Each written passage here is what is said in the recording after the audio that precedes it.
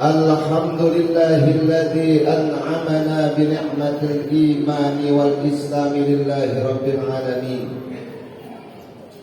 Ashhadu an la ilaha illallah wahdahu la syarika lah. Iyyahu na'budu wa iyyahu nasta'in. Wa ashhadu anna sayyidana wa nabiyyana Muhammadan 'abduhu wa rasuluhu al-mab'utsu rahmatan lil alamin. Allahumma salli wa sallim ala sayyidina Muhammadin wa ala alihi wa ashabihi ajma'in, amma ba'd. Fa ya ibadallah, usikum wa iyaya bitaqwallah. Ittaqullaha haqqa tuqatih wa la tamutunna illa wa antum muslimun. Faqad qala Allah ta'ala fil Qur'anil Karim wa huwa asdaqul qailin.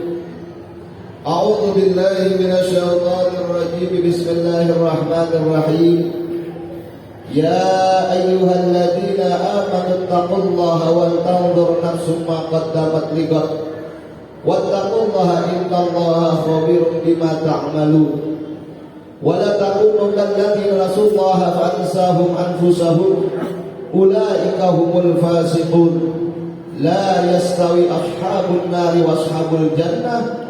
Ashabul jannati humul faizun. Wa qala Nabi sallallahu alaihi wasallam, ma'asyiral muslimin rahimakumullah. Puji dan syukur mari senantiasa kita panjatkan kehadirat Allah Subhanahu wa taala, di mana pada siang hari ini kita masih merasakan nikmat yang Allah berikan. Dan dengan nikmat itu semua, alhamdulillah, kita pada siang hari ini dapat melaksanakan kewajiban yang diperintahkan kepada kita, yaitu melaksanakan salat Jumat. Salawat dan salam semoga tetap tercurahkan keharibaan junjungan baginda Nabi besar Muhammad sallallahu alaihi wasallam yang kita nanti-nantikan syafaatnya di yaumil qiyamah kelak. Amin ya rabbal alamin.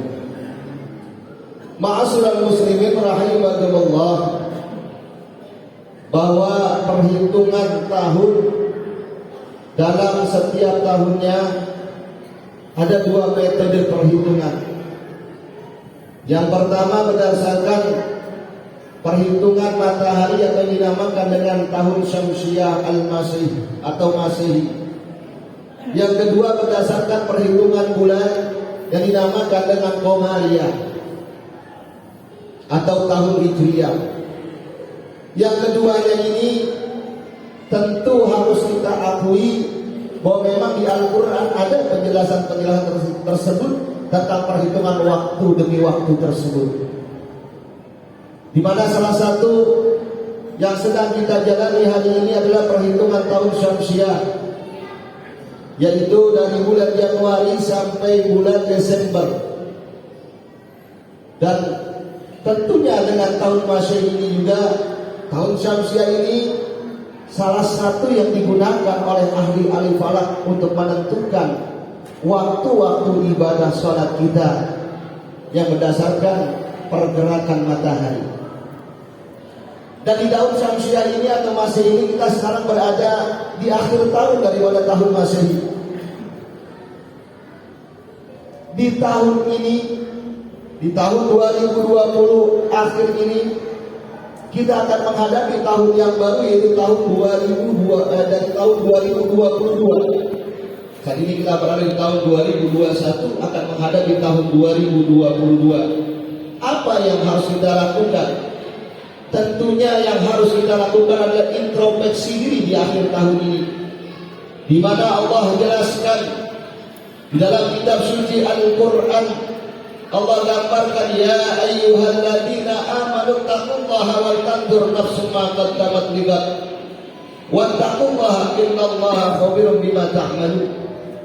Dalam surat Al-Hasr ayat 18 sampai 20 Allah jelaskan, ya ayyuhalladzina amanu, hai orang-orang yang beriman, Ya ayyuhalladzina amanu taqullah, bertakwalah kalian semua kepada Allah.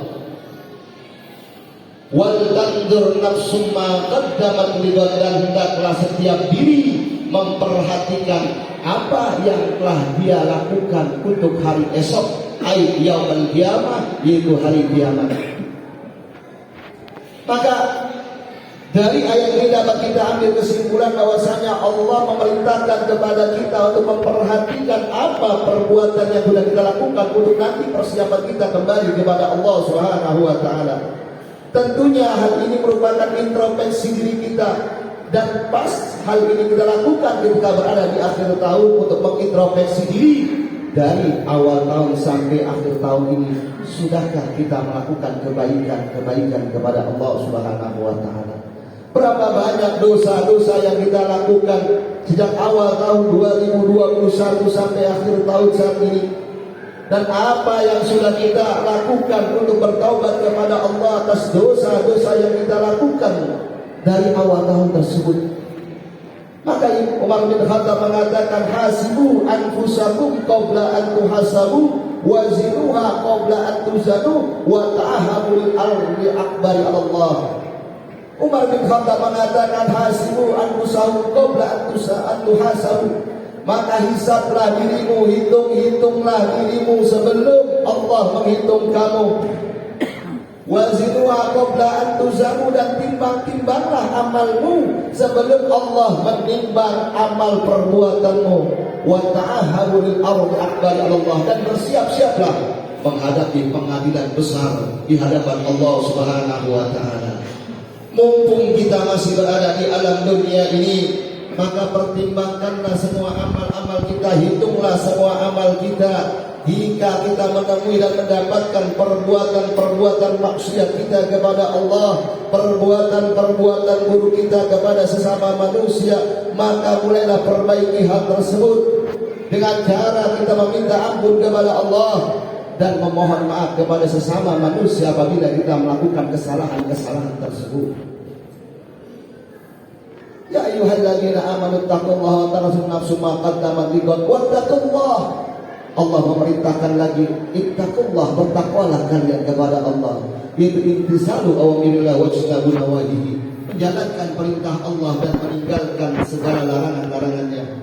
Innallaha khabirun bima ta'malun, sesungguhnya Allah mengetahui, meneliti apa-apa yang telah engkau perbuat. Tidak ada satu perbuatan pun yang bisa disembunyikan di hadapan Allah Subhanahu wa taala. Maka perbuatan tersebut akan dimintakan pertanggungjawabannya, baik perbuatan baik ataupun perbuatan buruk. Tentunya ketika perbuatan baik kita lakukan, maka bersyukurlah kepada Allah, karena sesungguhnya nanti kita akan mendapatkan balasan yang baik pula, baik di alam kubur maupun nanti di akhirat kelak dengan ganjaran pahala dan diberikan nikmat oleh Allah Subhanahu wa taala.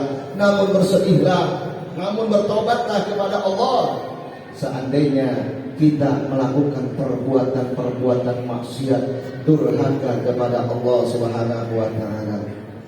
Karena sesungguhnya apabila kita belum bertobat kepada Allah Subhanahu wa taala, maka semua amal perbuatan buruk kita akan dibalaskan oleh Allah dengan azab dan siksa yang pedih nanti di alam kubur maupun di akhirat kelak.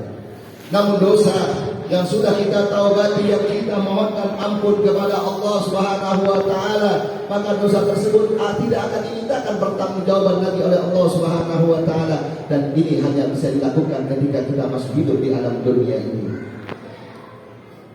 Wala taqulu kalladzina nasallaha wa ansahum anfusahum ulaika humul fasiqun. Allah mengajarkan, dan janganlah kalian menjadi orang-orang yang melupakan Allah sehingga Allah menjadikan orang tersebut lupa kepada dirinya sendiri, dan mereka adalah orang-orang fasik.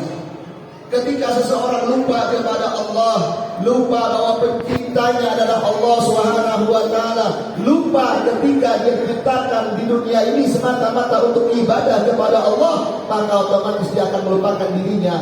Artinya orang tersebut tidak akan sayang kepada dirinya, dia akan berbuat semau-maunya, dia tidak akan berbuat kebaikan, dan dia melakukan perbuatan-perbuatan yang nantinya akan merugikan dirinya sendiri, baik di alam dunia maupun nanti ketika dia masuk alam kubur dan di akhirat kelak. Itulah yang dimaksudkan Allah akan melupakan dirinya, dan orang tersebut melupakan dirinya sendiri. Dan orang ini adalah orang-orang yang fasik. Orang-orang fasik inilah orang yang melupakan Allah, orang yang berpaling dari Allah Subhanahu wa taala, sebagaimana Allah jelaskan dalam surat Taha ayat 124 sampai 127. Wa man a'rada an dzikri fa inna lahu ma'isyatan dhanka wa nahsyuruhu yaumal qiyamati a'ma. Nanti orang-orang tersebut akan dibuat lupa kepada Allah. Allah jelaskan, wa man a'rada an dzikri, barang siapa yang berpaling dari peringatanku, fa inna lahu ma'isyatan dhanka, maka akan diberikan kehidupan yang sempit. Para ulama mufassirin menjelaskan yang dimaksud dengan sempit di sini arti kehidupan di alam kubur dan di alam akhirat kelak.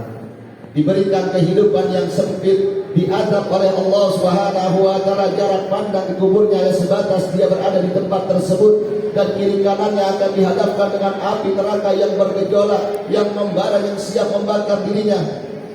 Kemudian wa nahsyuruhum yaumal qiyamati a'ma. Lalu orang tersebut akan dikumpulkan nanti di hari kiamat dalam keadaan buta, dalam keadaan matanya buta. Qalu lima hasabtani a'ma wa qad kuntu basyira. Lalu orang-orang tersebut, orang-orang fasik tadi, orang-orang yang berpaling dari peringatan Allah, mereka akan bertanya kepada Allah, ya Allah, kenapa kami dikumpulkan pada hari ini pada dalam keadaan buta? Padahal di dunia kami itu melihat. Di masa pertanyaan wa qad kuntu basyira, padahal di dunia dulu kami melihat. Qala kadzalika atat ayatuna panasitahan kadzalika yawma tunsa wa kadzalika naziman asfalil ayati rabbih wa a'tabul akhiratu asyadul aqab.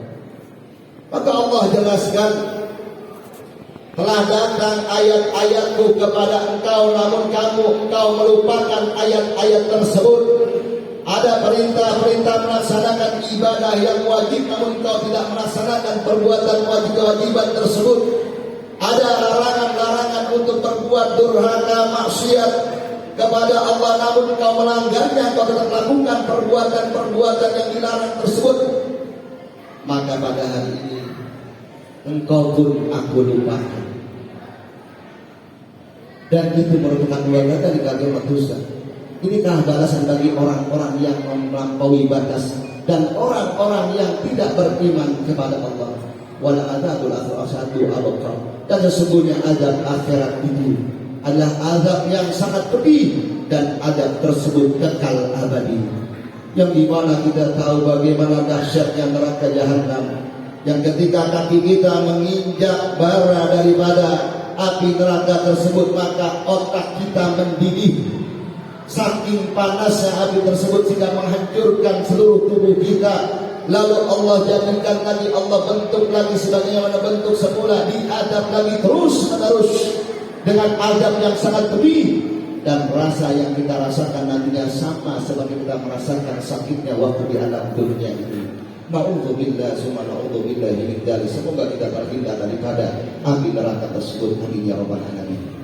Dan setelah introspeksi diri, maka yang harus kita lakukan adalah bertaubat kepada Allah Subhanahu wa taala.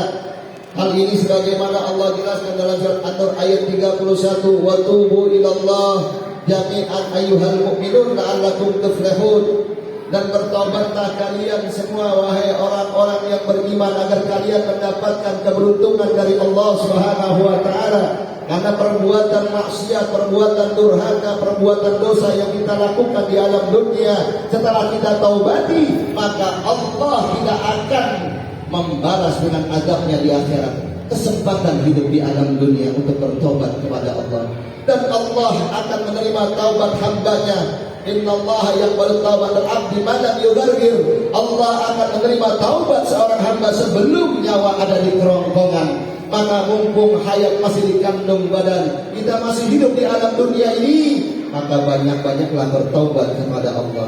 Terutama setiap malam sebelum kita memejamkan mata kita, perbanyaklah kita introspeksi diri kita. Lihat dari pagi sampai malam, agak sejak sebelum kita menutup mata, perhatikan apa perbuatan yang sudah kita lakukan dari pagi sampai malam tadi. Lalu ketika ada perbuatan-perbuatan dosa yang kita lakukan, maka hendaklah kita beristighfar kepada Allah dan bertobat kepada Allah. yang dimana syarat taubat itu ada 3. Yang pertama, menyesali perbuatan yang sudah kita lakukan. Yang kedua, memohon ampun atas perbuatan yang kita lakukan daripada perbuatan dosa tersebut. Dan ketiga, berjanji dengan sepenuh hati untuk tidak melakukan perbuatan tersebut lagi. Maka inilah hakikat taubat nasuha yang sebenarnya, sehingga taubatnya benar-benar diterima oleh Allah Subhanahu wa taala. Dan yang terakhir, ketika kita sudah introspeksi diri, kita bertaubat kepada Allah, yang terhendaklah kita berbuat baik. Inilah yang kita rencanakan nanti, mulai besok, bahkan mulai awal tahun baru Masehi ini, Syamsiah ini, kita mulai lagi rencanakan perbuatan-perbuatan baik kita. Wa man kana min ba'di dzulmihi fasala fa innallaha yatubu ilaihi wallahu ghafurur rahim. Karena